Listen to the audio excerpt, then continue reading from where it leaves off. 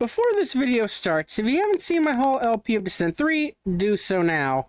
There will be spoilers for that Let's Play and what happens. With that out of the way, please enjoy the review.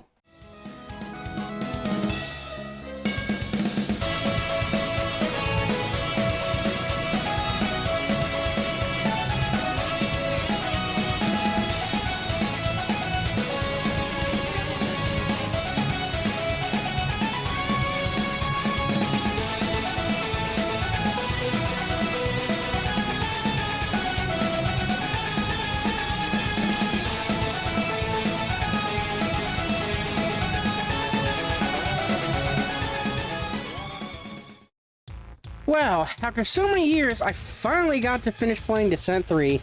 It's a game. Yeah, I'll just say it. I overall am disappointed with it. So many bad choices and gimmicks. Before we get to them though, I have something else to talk about.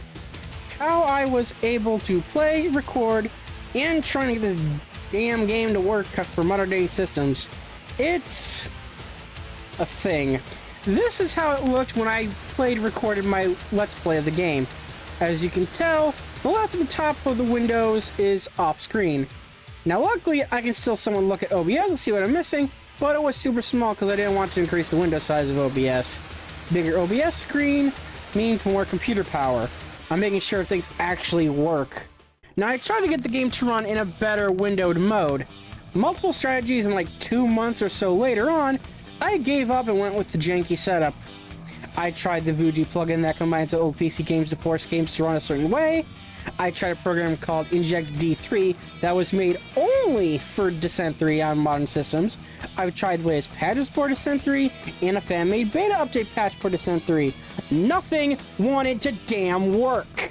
Now the way I got the game to allow me to record all while in this janky windowed mode was this command line edit I used. Mainly the height, width, and that no intro one at the end was important. If I didn't have that, I would have had moments where the sound just doesn't work for some reason. So yeah, all this painful work just to get the game to run, and I'm not even actually playing the game yet. Now since the first level was the one level I knew about, we're just skipping past that one. Second level took me longer than it should have because of that one moment where the game didn't tell me I completed a task. My guess is that was a bug to the jankiness of trying to run this on a modern system. Still annoying though. The third level was where a certain gimmick started being a thing throughout the whole game that was a pain in the butt. Needing machine gun ammo or certain missile types to make progress in the level? No! This is a big no-no. It is possible to run out of those things during a level. Also, the enemy regen area I saw throughout the game only gave health. So from what I'm able to tell, a soft lock is possible. Not very likely, and it didn't happen to me, but it still seems possible. Now before we start talking about that level, let's go and talk about a good level, the 5 generators level.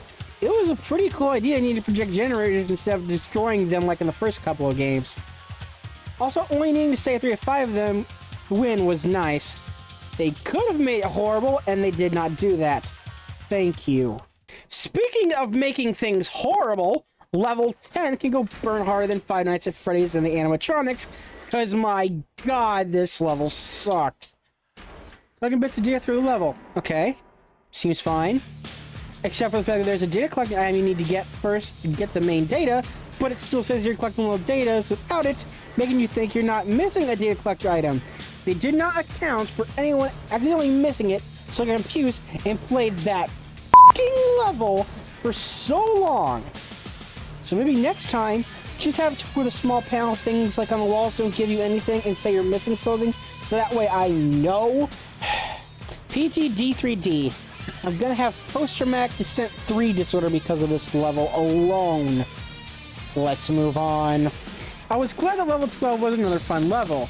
It was just collecting keys to arena mini-boss fights, with the last one being an actual boss.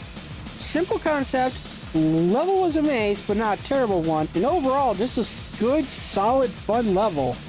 I wish this game had more good levels like this one, and the 5 generator one.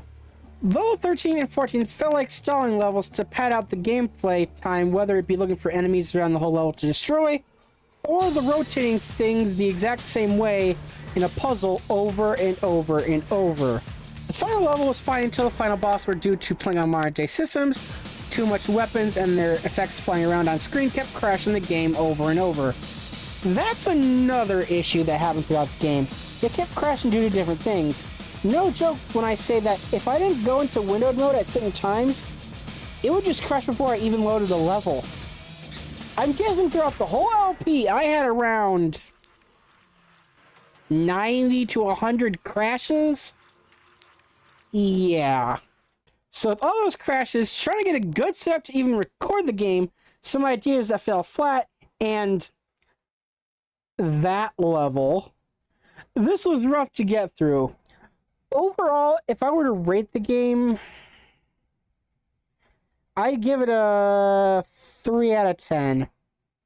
4, maybe 5 out of 10 if it didn't have the crashes and I didn't have to do the work I went through before even starting the game. There was a couple levels I liked, but they didn't make up for everything else. I'm just glad I finally beat the game, and I can finally move on and never play Descent 3 again.